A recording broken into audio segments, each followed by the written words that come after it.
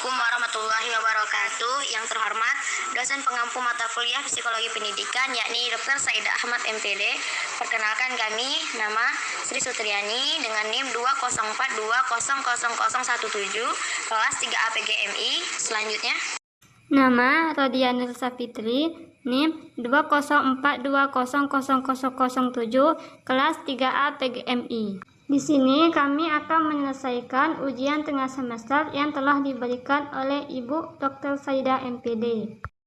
Baiklah, saya akan menjawab pertanyaan nomor 1, yaitu apakah yang dimaksud dengan psikologi dan psikologi belajar? Yaitu 1. Psikologi berasal dari kata Yunani psyche yang berarti jiwa dan logos yang berarti pengetahuan. Jadi secara etimologis, menurut arti kata psikologi berarti ilmu yang mempelajari tentang jiwa, baik mengenai berbagai gejala, proses maupun latar belakangnya. Chaplin tahun 1972 dalam Dictionary of Psychology mendefinisikan psikologi sebagai ilmu tentang perilaku manusia dan hewan serta penyelidikan organisme dalam segala variasi dan kompleksitasnya ketika bereaksi terhadap arus dan perubahan lingkungan dan peristiwa sosial yang mengubah lingkungan. Pengertian psikologi yakni psikologi merupakan salah satu bidang ilmu pengetahuan dan ilmu terapan yang mempelajari tentang perilaku, fungsi mental, dan prosedur mental manusia melalui prosedur ilmiah. Psikologi belajar adalah ilmu yang mempelajari prinsip-prinsip perilaku manusia dalam penerapannya bagi belajar dan pembelajaran. Dengan kata lain, psikologi belajar memberi kontribusi bagi guru ketika ia menjalankan tugas mengajar di dalam kelas sehingga tampak pada kinerjanya ketika mengajar dengan mempertimbangkan prinsip psikologis murid. Soal nomor 2, apakah manfaat mempelajari psikologi belajar? Metode apa saja yang dapat diterapkan pada psikologi belajar? Manfaat mempelajari psikologi belajar amat penting bagi setiap orang.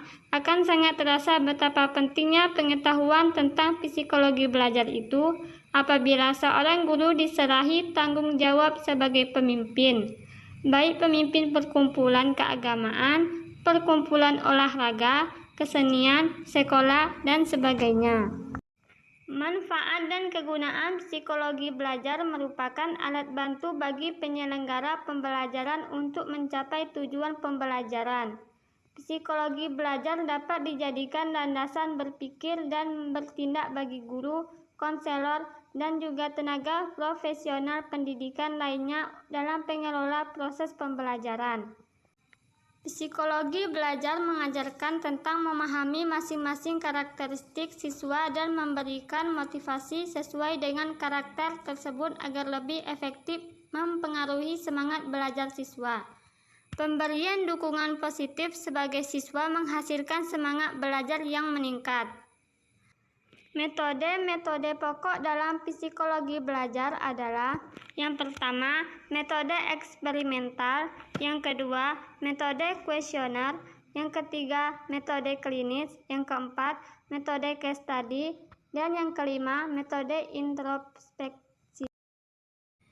Selanjutnya yakni nomor 3, yaitu mengapa perkembangan dan belajar tidak dapat dipisahkan, yakni perkembangan dan belajar merupakan sebuah fase kehidupan yang timbul secara alami bagi setiap insan. Perkembangan dan belajar tak bisa dipisahkan dalam diri manusia. Seiring berjalannya waktu, maka perkembangan akan terus terjadi hingga akhir hayat karena sifatnya terjadi secara terus-menerus.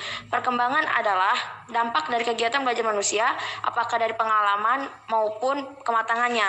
Perkembangan belajar peserta didik sangat penting untuk diketahui. Seorang guru harus melihatnya sebagai satu kesatuan yang unik. Soal nomor 4, apa pengertian belajar dan ciri-cirinya?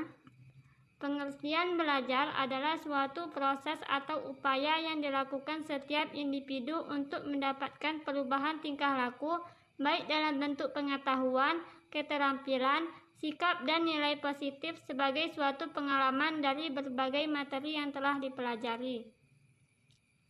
Definisi belajar dapat juga diartikan sebagai segala aktivitas psikis yang dilakukan oleh setiap individu sehingga tingkah lakunya berbeda antara sebelum dan sesudah belajar. Perubahan tingkah laku atau tanggapan karena adanya pengalaman baru, memiliki kepandaian atau ilmu setelah belajar, dan aktivitas berlatih. Ciri-ciri belajar menurut Surya tahun 1997. Yang pertama, perubahan yang didasari dan disengaja atau intensional. Yang kedua, perubahan yang berkesinambungan atau kontinu. Yang ketiga, perubahan yang fungsional.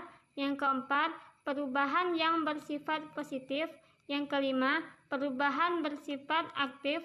Yang keenam, perubahan yang bersifat permanen. Yang ketujuh, perubahan yang terjadi berarah atau bertujuan. Yang kedelapan, perubahan perilaku secara keseluruhan. Ciri-ciri belajar menurut Dejamara hanya menyebut ada 6 ciri-ciri belajar, yaitu yang pertama, perubahan yang terjadi secara sadar. Yang kedua, perubahan dalam belajar yang bersifat fungsional. Yang ketiga, perubahan dalam belajar yang bersifat positif dan aktif. Yang keempat, perubahan dalam belajar bukan bersifat sementara. Yang kelima, perubahan dalam belajar bertujuan atau berarah. Dan keenam, perubahan mencakup seluruh aspek tingkah laku. Selanjutnya yakni nomor 5, yaitu pada pembelajaran tema cita-citaku kelas 4 Madrasah Ibtidaiyah, aktivitas apa saja yang dapat dilakukan oleh siswa untuk belajar tema tersebut? Usaha apa yang dapat dilakukan siswa supaya efisien belajar? Jawabannya yakni aktivitas yang dapat dilakukan oleh siswa untuk belajar tema tersebut yaitu yang meliputi kegiatan mengamati, menanya, mengeksplorasi, mengkomunikasikan, dan menyimpulkan. Sedangkan usaha yang dapat dilakukan siswa supaya efisien belajar yaitu 1. Buat suasana belajar yang nyaman. Yang kedua, merangkum pokok pembelajaran. Yang ketiga, belajar bersama. Yang keempat, metode mempersingkat atau memodifikasi menyerupai nama sesuatu. Yang kelima, belajar dengan praktik. Yang keenam, belajar rutin tapi jangan lama-lama. Dan yang terakhir adalah mengerti bukan menghafal. Mungkin hanya itu jawaban dari kami. Lebih dan kurangnya kami mohon maaf sebesar-besarnya. Kami akhiri. Wassalamualaikum warahmatullahi wabarakatuh.